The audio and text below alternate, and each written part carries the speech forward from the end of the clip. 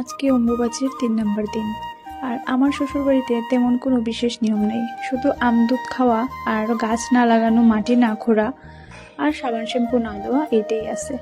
যেহেতু আমি ছোটোর থেকে দেখাইছি মা তারারে সকালে ঘুম থেকে উঠেই আগে স্নান করে তারপরে আলতা সিঁদুর সব কিছু দিয়ে রাখে। জিগাইলে কইতো এ স্ত্রীরা এই 4 দিন এইগুলা করতে হয়, তো আমি ওইটাই করতেছি। মা কিন্তু আমারে অম্বুবাচী লাগার আগেই ফোন করে কইছে যে এই 4 দিন একটু সকাল সকাল ঘুম থেকে উঠতে হইব, ওইটা স্নান কইরা আলতা সিঁদুর টিপ পইরা সাজ্জা থাকতে হইব। কালকে থেকে অনেকেরই আমি দেখতেছি ফেসবুকে গলার মধ্যেও টিপ পড়তেছে সিঁদুর দিয়া। দেখা জিনিসটা ভালোই লাগছে। আমি এটার কিন্তু মানে জানি না, যদি কেউ জানা থাকে অবশ্যই আমারে জানাইও।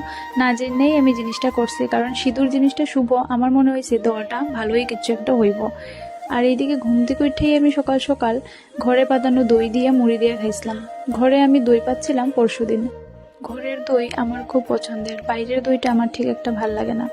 আর বর আনছিল ট্যাংরা মাছ, একটু দেরি করেই আনছিল, বাকি সব রান্না শেষ হয়ে গেছিলো, এটাই বাকি আসলো।